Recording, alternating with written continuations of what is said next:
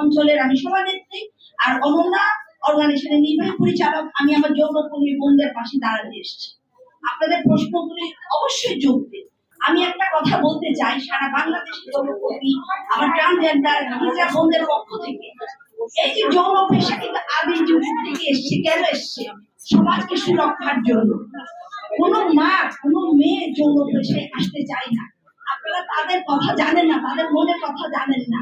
ঠিক আছে, আপনারা বলেছেন রাস্তা রাস্তায় ঘুরে কেন? রাস্তা রাস্তায় কেন ঘুরবে না? তারপরে উচ্ছে কেন করলো? এই যে আমরা কি চাই, আমাদের যৌনকর্মীরা তাদের পেশায়, যার পেশায় আগে প্রতিটা বলতো, আগে নানা রকম কথা বলতো। আমরা নারী আন্দোলনের মাধ্যমে আমরা বলেছি রিক্সা চালায়, রিক্সা চালাও, ট্রাক চালায়, ট্রাক ড্রাইভার। আমি যৌন কাজ করি, আমি যৌন কর্মী, এটা আমার অধিকার। এই অধিকার কেউ রোধ করতে পারবে না। কিন্তু আজকাল কি হচ্ছে, 5 তারিখের পর থেকে আমরা যৌন কর্মী বোনদেরকে মেরে পিটাইয়া